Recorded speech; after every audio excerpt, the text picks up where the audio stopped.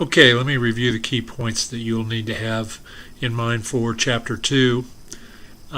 First of all, on page 34 and 35, there are 3 questions that every economic system has to figure out how they're going to answer. They have to figure out how they're going to decide what they're going to produce. Remember, scarcity. They'd like to produce a lot of things, but they can't produce them all. So they have to figure out some way to decide what they're going to produce. Usually it's either the government telling people what to produce, or it is some combination of that and free market activity. Okay, they got to figure out how they're going to produce it.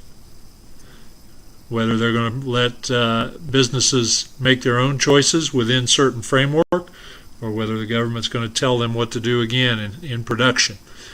And then the third thing they got to figure out is who are they going to produce it for.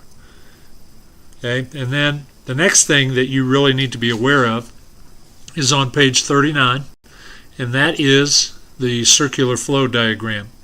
I want you to understand what that represents, where all the different things go in terms of money and products between producers, consumers, and the government. That circular flow diagram represents a mixed economic system. Okay, if you want it to represent another system, you'd have to make some kind of variation to it, which we'll look at in class. I also want you to know what might be the result if that circular flow was suddenly interrupted, like when there was a massive hurricane hit the East Coast. What would happen to the circular flow, and how would they recover whatever interruption there might have been? Okay, and then the next thing I want you to be aware of is pages 43 through 46 in section 2 of Chapter 2, and that is the characteristics of the American economic system.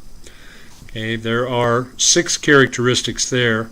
What I want to point out is a couple things. There is no one characteristic that's probably more vital or more important to our system than the other, but there are some things that are special about a couple of the characteristics. One, competition. And we'll talk about, we'll do some projects in class regarding what competition can do for you and what it causes to happen in terms of people performing at their very best. And also private property. Private property is unique because the right to own private property and the desire to own private property is one of the things that really drives growth in our economy, because people are striving to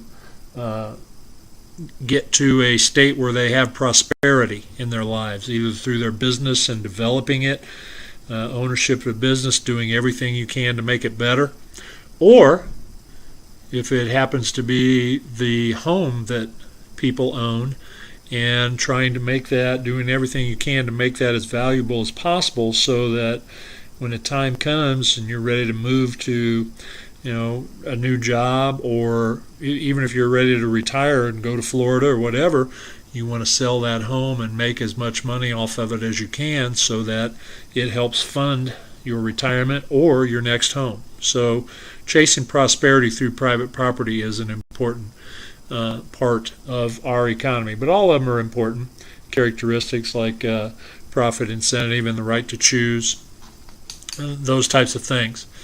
They're all very important in our system. And then the last thing that I want you to be aware of in terms of highlights of Chapter 2, page 48 and 49, the goals of our economic system. One of the things I'm going to ask you on the quiz is, how do the goals of equity and freedom conflict with each other? Well, if you want complete freedom, then there is no interference or rulemaking by the government. The market dictates what happens. However, if you want equity, and remember, it's one of our moral or ethical beliefs in this country, that everybody should have a chance to succeed. Well, if you want that, then you're going to have to make some rules. And when you make rules, then you're going to, in some way, restrict freedom. So there is a conflict there between some of our goals. And that's something that you should be aware of and be able to explain on a test. Okay, that's it for Chapter 2 highlights.